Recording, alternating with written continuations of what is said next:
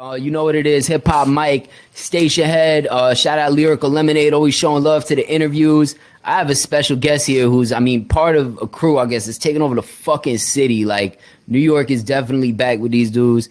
And this guy is leading the movement. Let's be honest. Eat to the Connect. What up, man? Gangs, Eat to the Connect movie. Hey. You know what we doing.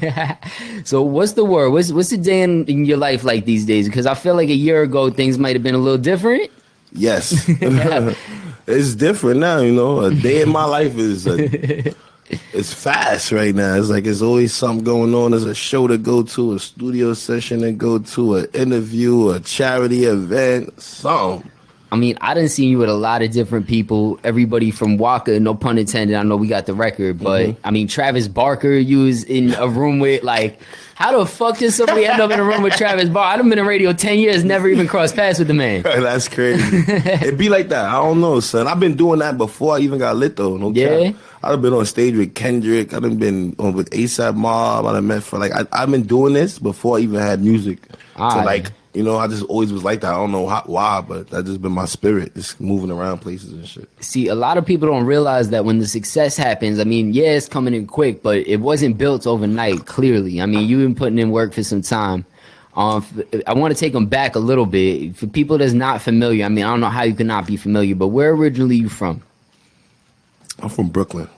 Now, when you break down where I'm from, it gets real complicated.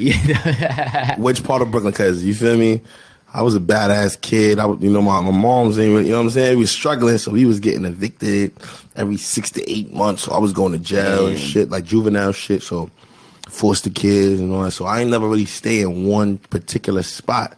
But I always tell everybody Bed-Stuy, because that's where I started. Like that's where my Brooklyn journey started, in Bed-Stuy, 309 public school. You know, damn, that was like.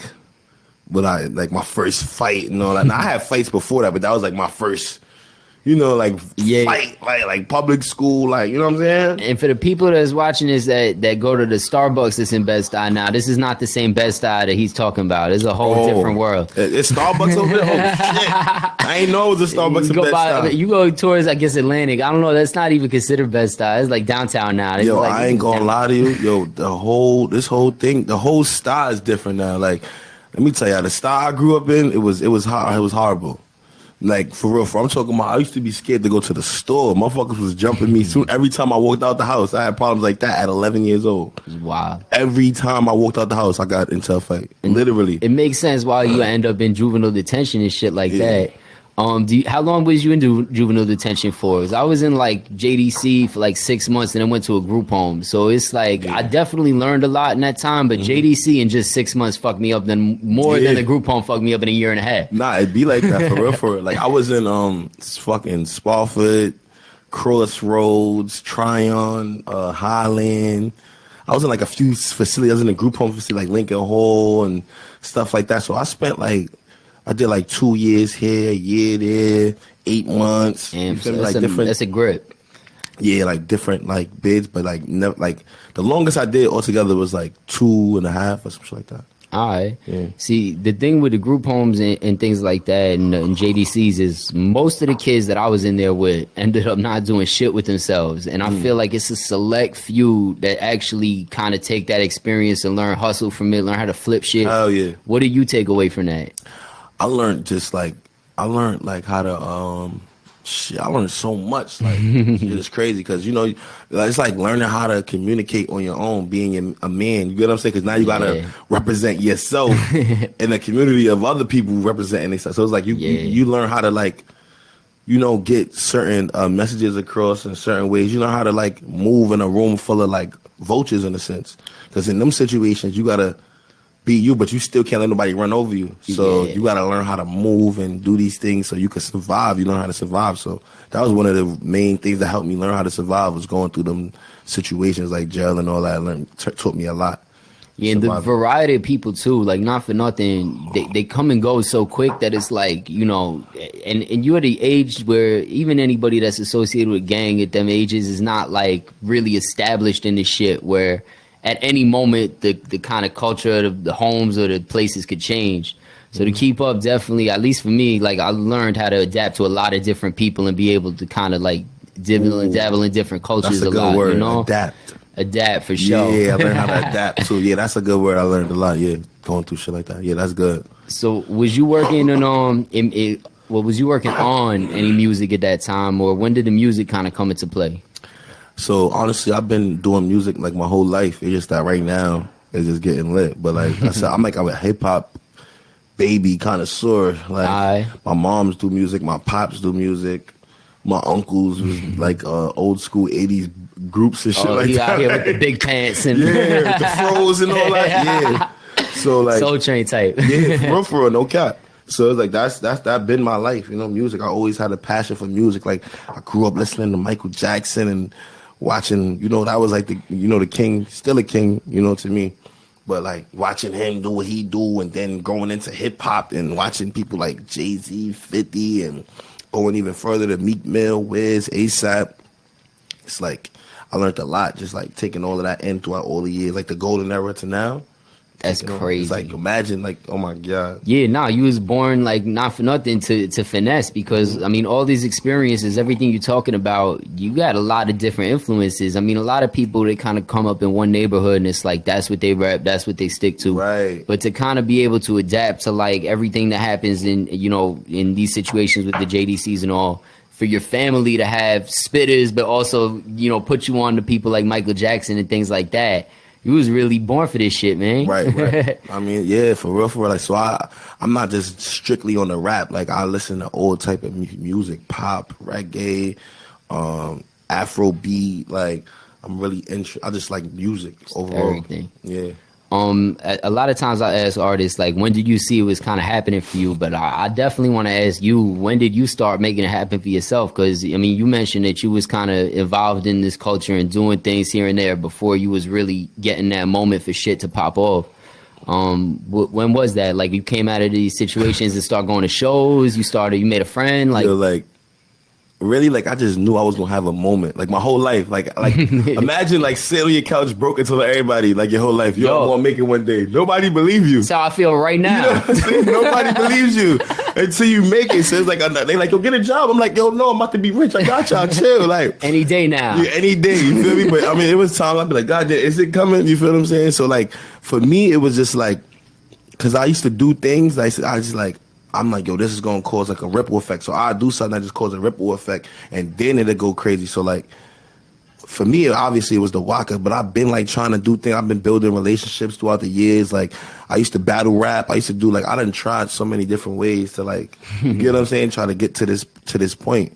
So it's like, it's just that now I got like more knowledge, like how to do it. Like before, I ain't have the knowledge, like how to like put your own shit together, videos and you know what I'm saying? So like now it just got different like these past couple years. So then we came up with the foreign side shit, putting that out with the music. Well, I ain't going to let you just skip over, because I mean, you also mentioned you was on stage with Kendrick at some point. Like, I mean, I'm assuming it wasn't, maybe, were you performing? Was it from the battle rapping? Like, nah, what put you in those situations? So like my whole life, right? Like I've been telling, like if you go like on my Facebook, like you say you never met Travis Barker like 10 years. I don't know why, but I've been meeting these people since before I was even. I'm talking about met Nicki.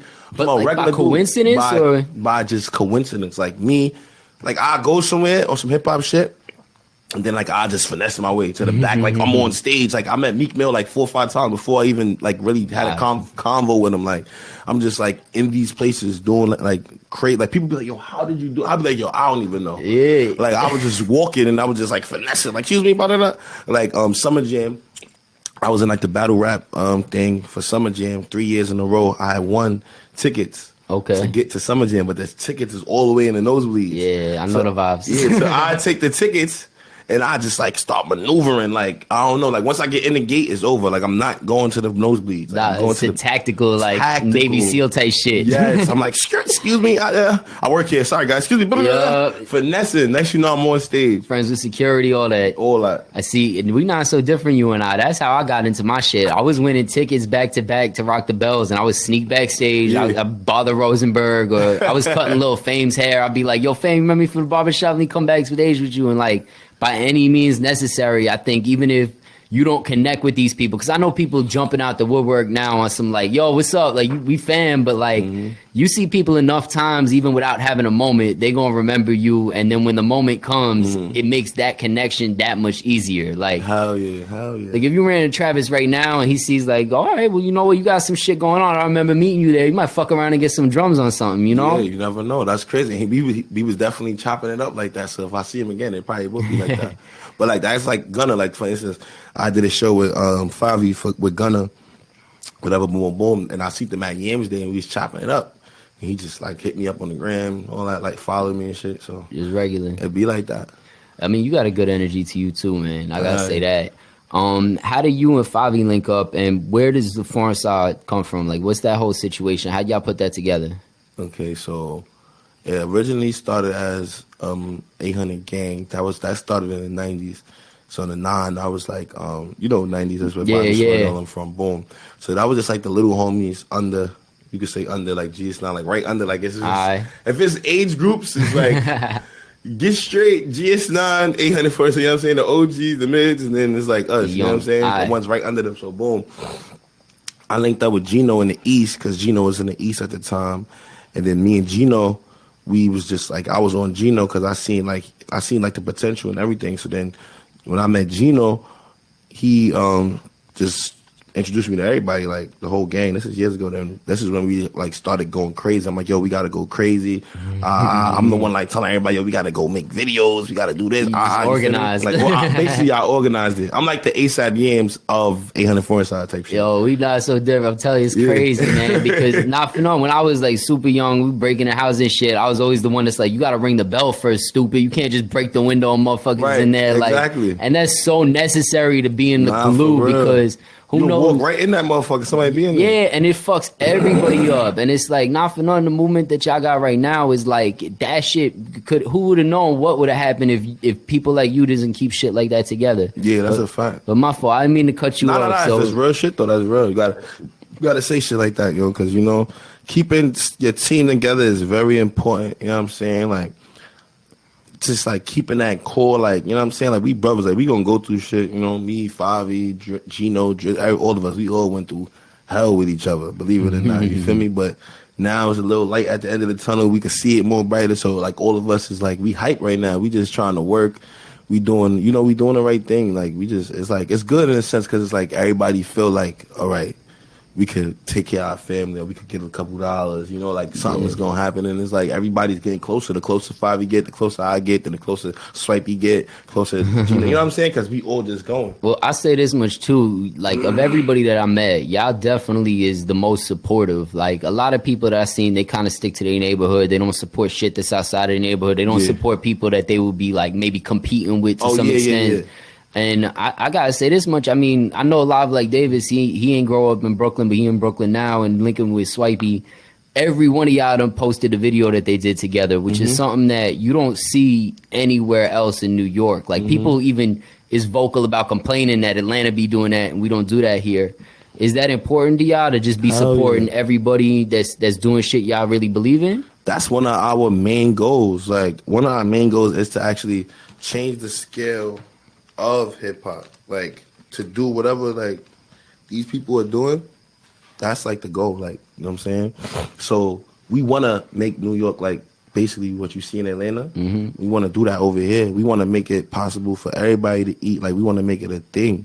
So like this the new wave, like supporting your people and all that. Like I'll just be seeing like this, like say if it's just like 5 years from now, fuck around on your own radio station, and you moving the records that's moving in New York, and now we already got a relationship. So it's like we damn near build a fraternity within hip hop, and now we can do whatever we want because we uplifted each other from the, you know what I'm saying? So like we going up, we got to make people like you go up and take over the culture. So now it's like, yo, Mike, he got the city right now, you know what I'm saying? And then it's easy for us to keep working with each other and to keep the fight here. It is so rare, man. Like, and a lot of times when you watch these interviews with like people like Leor Cohen or Flex, they always know each other from the time that's like where we at right now. You know what I mean? And I think a lot of people have the idea, it's like, oh, well, I ain't fucking with you because I'm trying to get in touch with Funk or I'm trying to get in touch with Ebro. And it's like, the fact that y'all could do both, because I know you was at Hot 97 killing shit too. I done seen you spinning on the mic over there and linking with Drewski and all that. Yeah. It's like, it's dope that you just incorporating everybody into what y'all doing.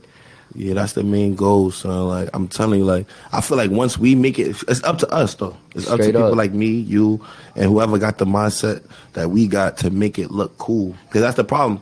Like, the whole hating on each other, the beefing and all that looks cool. Yeah. So, like, we got to make what isn't cool now, the narrative now, we got to make it cool. You get what I'm saying? Yeah. So, like... Y'all bringing genuine back in style. Exactly.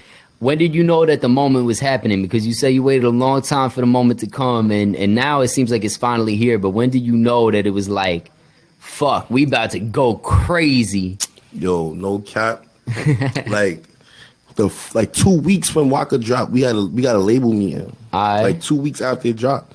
So you don't have to tell me which label, but what's that like? Somebody just reaches out on a DM and is like, come through? Nah, it was like, it was actually through somebody had seen us in the studio with somebody else. Okay. And they heard they heard it somewhere, they ain't paid no mind, but then they heard it somewhere else again on their own. Then they had hit the person up that had brought us in the studio, and they was trying to link us up and shit like that. So, know what I mean? It was just crazy, you feel me? Shout out my boy JD. You know what I'm saying? So, I mean, I've never been in any crazy label meetings. What's it like when somebody reach out to you like that? Do they just come to you with the bag? Is it like a plan in place? Do they ask you what your vision is? Yeah, so the label meetings, it come like, you go there. It come like, yo, no cap, I swear I put it like a, it's like a, what's the best way to put it? Like, to me, it's like a, I don't know what's the way to put it. It's like a pawn shop in a sense. Like, you go in there, you like showing them like what you are, and you want to like convince them. It's like they kind of like want to deal with you, but you still got to sell yourself in a sense. Like, you get what I'm saying? Or like, like I'd be like, yo. I could picture it. You say like pawn shop, like pawn. Yo, I'm hit you right back, cut. See, not for nothing. That's what he said in the beginning. He like, my phone ringing all day. I'm always taking calls. I'm always running around. You can't miss no business. Yeah, you know what? Look, last night I picked up my call. Guess who was? Wiz Khalifa. Yeah. I was hyped. Like, I was like, oh shit. Did you ask him how he get your number? Nah, I know how he got it. He had called me through one of his producers. But it's just like, that's why I ain't go for when I see his fucking number, I'm picking up. That might be weird. Hold on. That's crazy. But nah, for real, like that's my life now. Like, swear to God, like he just was like showing support. He said he see what we doing and he want us to keep working, keep putting out this good music. See, one thing I know from Wiz, and shout out my man Bonix, who's his DJ. We done went to the show at Jones Beach, and Bonix is like, no artist could really be super successful like Wiz is unless they stand for something. Mm-hmm. And I think that's what's super special about y'all is because, you know, there's been a lot of artists that's come out with like one hit here, one record here, and the radio pick it up and go for like a month or so, and then it slow down. But I feel like the more y'all go is not slowing down. Yeah. And would you say that is from standing for something? Like, you think that's what's setting y'all apart from a lot of the shit that's coming out in the city? Yeah, I feel like, we definitely stand for something.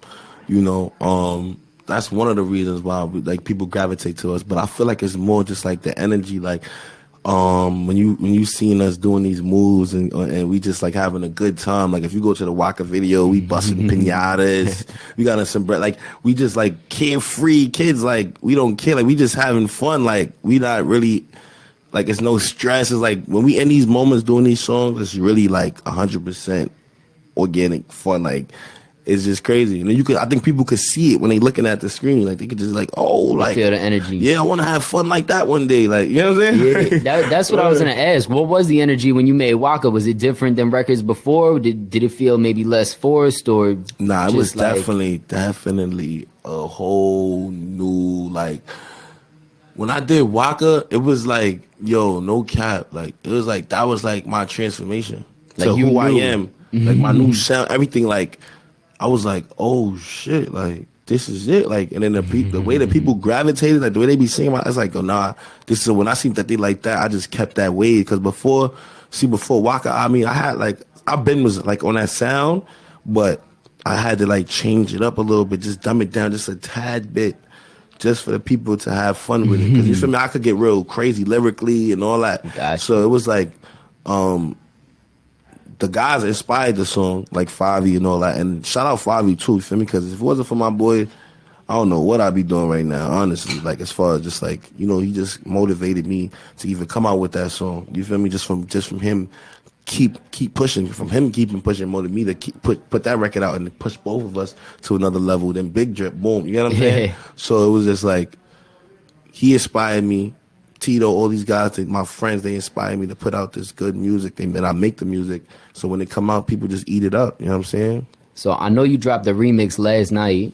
I'm a dick and didn't check my email and came here today. I haven't heard it. Yeah. What's the remix about? If somebody like myself that hasn't heard it, that maybe doesn't even know about Waka, how would you describe what they could expect when they put that on? So you could expect like a party after party. So like Waka's the party, and then the Waka remix is like the after party. Like it's like, you know, when you're not trying to stop partying, so you gotta go to another party. This party stops. Like, nah, we gotta go to the next party.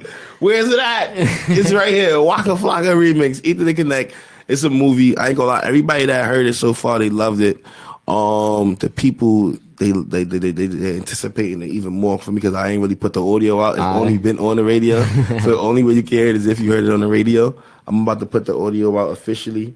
Waka about to come do the video. He's very excited. We both excited, like I've been telling everybody. So like this video, I want it to be like, saying what's a move, like a video I could compare this to, but like I just want this to be like, you know what I want it to be? I want it to be like New York. Okay. Remember, you gotta New York feel like the after Ja party for and all sure. That?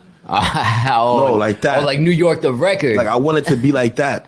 Like I want to bring the whole hood out. Like, isn't Waka from New York? Yeah, he's originally from New York too, but he just moved to Atlanta. But for this video right now that I'm about to do, and we're gonna be doing it probably within the next 2 weeks. I'm trying to make this like the most fun video ever that ever came out, like hip hop history. How did y'all link up, and what was the first conversation like? Did he know about the record? Yeah, the record definitely linked us up. So what happened was, you know me, I'm a marketing genius. I was gonna say, knowing you, I mean, you could have met Waka 5 years ago and already done. I think I did actually, but not on the music tip. But I definitely been to a show before this.